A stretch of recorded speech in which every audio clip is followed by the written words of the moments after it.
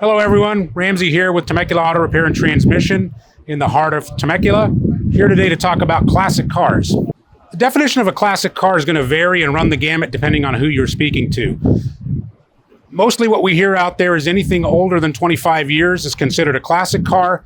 Some circles have a stricter definition. For example, the Car Club of America says any fine or distinctive automobile built between 1915 and 1948 is considered to be a classic car. Other organizations like the National Corvette Restorers Society are judging cars for flight awards, judging Corvettes, that is, for flight awards ranging from 1953 to 2004. So really, anything that you own that's distinctive and older is probably a classic car.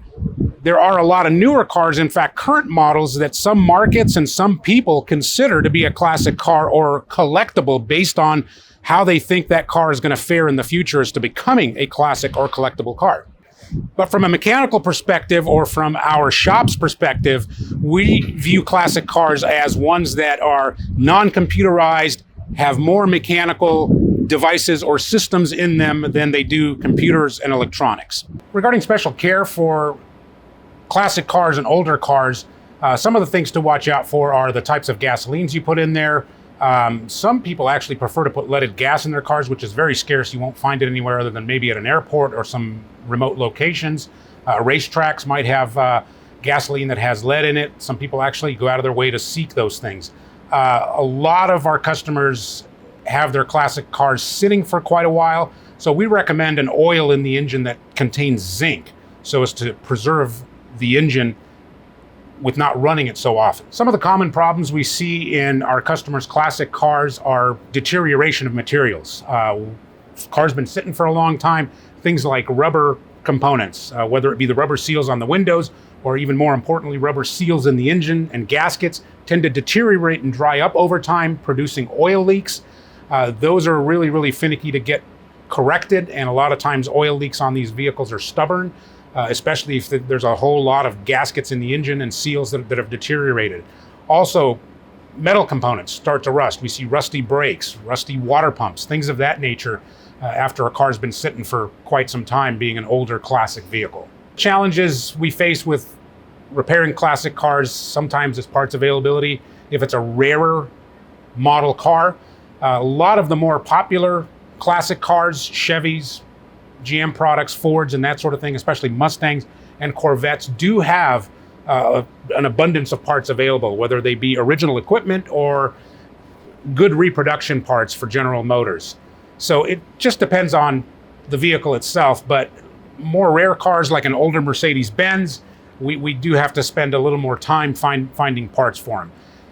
Additionally, repair of these vehicles can sometimes be challenging in the sense of getting adjustments just right and that sort of thing. We refer to our manuals for that as far as the specifications. So we have ourselves a lot of information in our library that allows us to go right to the heart of the issue as far as specifications and being able to make the proper adjustments on these cars. Whereas someone who doesn't have this information readily available is going to be challenged to make the proper adjustments and keep these cars running right. As with any piece of machinery or any car, maintenance is key, and classic cars are no exception. Classic cars actually typically had a more frequent maintenance recommendation interval. A lot of us remember the days of the religious 3,000 miles you change your oil and you don't go past 3,000 miles. Some of the things that our customers face, especially if their cars are just sitting and are stored, is they're not getting a lot of miles on the cars, but there's a lot of age on these fluids, like the oil and so on. We would recommend getting these fluids out based on time rather than mileage. For example, the oil, we would say probably no longer than 6 to 9 months you want to change the oil. Things like coolant, which will break down and turn into water over time if a car is stored and it's just sitting there. Again, as I said earlier, you want to prevent corrosion, so I would suggest getting that coolant out of there probably no less frequently than every 2 years. Make sure that you're changing these fluids. Cars can come out of tune and out of adjustment, believe it or not, just sitting sometimes because you start them up and they're not running as often. So adjustments such as Carburetor adjustments and things along those lines is something that you might even have to do more frequently. One thing that is actually key to what we're talking about here, and is easily done, of course, by the owner, is get that car started as frequently as you can. I know you don't want to put miles on it, perhaps, and don't want to drive it very often, but maybe once every 2 weeks, start it and circulate those vital fluids. Take it out just around the block. Not many miles on it, and quarter mile every 2 weeks is probably not going to hurt anything, and it's definitely going to go a long way to benefit as far as maintenance. So that's very, very important. It's a benefit to keep the car and the machinery, so to speak, all the components moving. We talked about rusty brakes. Well, if you get it out every 2 weeks and you're driving it around the block and you're hitting those brakes, there's a much lower propensity that brakes are going to rust. The fluids in the engine and the coolant that we just talked about, the oil, the coolant, the transmission fluid, all of that's going to circulate when you drive the car and run it as frequently as you can. Regarding repair or restoration of your classic car, it all starts with what your intentions are. Some of our customers come in and just have one or two items that they want to address. The car might be a driver for them, or it might be a car that's already been restored and they're just encountering a few little problems and they want us to address those. So the very, very first thing we focus on is, what are you coming in for? What are your intentions? If you're coming in for an inspection, you're not really sure what needs to be done, we can accommodate that. We get the car in, we'll do an inspection, we'll give you a report of anything that we find that needs attention and allow you to make a decision there. Other customers will come in and want the whole 9 yards. They want to restore the car. Right now we have in our shop a 1965 Corvette, and this gentleman wants to do everything. We're doing the interior on the car and we're restoring it. Going back to the issue of rust, we actually removed the upholstery off the seats and we found that the seat frames are rusty. That's a situation where we've got to do something.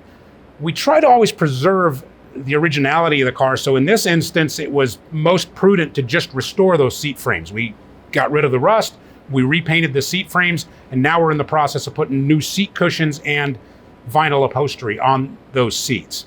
So our intake process when you first come in is, again, to completely isolate what it is you're looking for. We offer a full range of services on classic cars, from repair to maintenance, fluid changes, all the way up to full restoration. No two cars are alike, no two customers are alike, and no two customers have the exact same intention with their classic car. So we tailor our services to fit your needs and your wants for your classic car. Some cars that we've worked on recently that come to mind is a 1967 L71 big block Corvette. We got that car in, not running. When it arrived, we got it running, came in on a tow truck. We rebuilt the carburetors. It's a tri-power, 3 carburetors. We rebuilt all 3 carburetors. We changed all the fluids in the car. This gentleman's intentions were to get the car running and ready for auction. He planned to sell it. He was just making room in the garage, so wanted to sell the car, and we isolated those intentions and we did what the car needed to get it ready for auction. And it was a pretty successful auction from what I recall. Another car I remember is a 1969 Pontiac Firebird. That was a vehicle for repair. It wasn't running right. We spent some time with it. We got it running like a Swiss watch. It's a beautiful car, and the gentleman is just happy as can be. He uses it as a driver occasionally, Saturday afternoon type thing. And he's extremely pleased with the fact that this car runs and starts every single time and lets him and his wife put the top down and get out there on the road. One more car I'll mention that comes to mind is a 1958 Pontiac Bonneville. Gentleman came in with a transmission problem. Car got towed in, doesn't drive because of a transmission. We got that transmission rebuilt, put back in the car, and then we did a few little odds and ends, motor mounts and things like that. Same exact thing. The gentleman's extremely happy with the car. Beautiful, gorgeous car. And he just loves driving it now. Let's talk about repairing, restoring, or fixing a car to originality, to its original state, or modifying it. This goes full circle back to what is the customer's intention? What does he want to do with the car? And a lot of times that decision, although made by the customer through consultation with us, can depend on, is the car original to start with? Is it a fully original car, numbers matching and that sort of thing, where it can retain value by staying that way? Or is it something that's already been modified in some fashion? Minimal modifications or major modifications will help that customer make the decision. Some of the advantages of modifications is that we'll modernize the car. It'll perhaps be a little bit safer, a little bit nicer to drive, that sort of thing. Disc brakes versus drum brakes. Lots of factors go into this. The advantages of keeping it original, of course, might be value of the car in certain markets, especially if it's a numbers matching Chevrolet product or that sort of thing. So we let the customer make the decision. The customer's in the driver's seat when it comes to that. We will advise as best we can, and we never make the decision for the customer. We always answer the question, that is to say, from the perspective of, if it was my car, what would I do? But now it's up to you, Mr. Customer, to make the decision. Our staff here at Temecula Auto Repair and Transmission are not only experts in classic cars, they are passionate and they are enthusiasts when it comes to classic cars. We have a lot of knowledge and a lot of experience in these cars. Some of our guys have worked on these cars for years. They've worked on and restored hundreds of classic cars, and they know them very, very well, and they know how to get them running, how to repair them, how to maintain them, perform maintenance services, and so on. We have sources for parts on these old cars, and we scour the planet to make sure we get the right parts, especially if we're concerned, or the customer, that is to say, is concerned with originality. We have sources for original equipment manufacturer parts on a lot of these vehicles, and we find the parts, we get them in, we get them restored.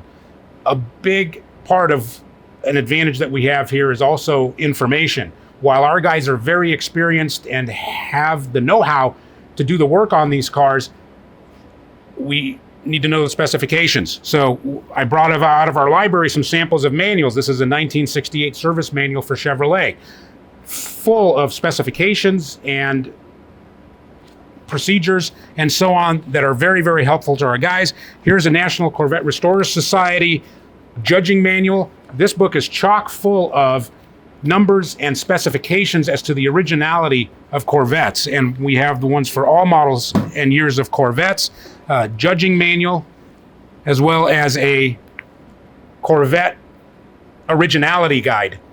These are samples of what we have in our library, but just driving home the point that we have all the resources and information available to take very, very good care of your classic car. So if you have a classic car and you need maintenance, minor repair, or a full restoration, or anywhere in between, I urge you to give us a call at 951-699-3332 with questions or needs. We're here to help. You can also book an appointment online at TemeculaAutoRepair.com.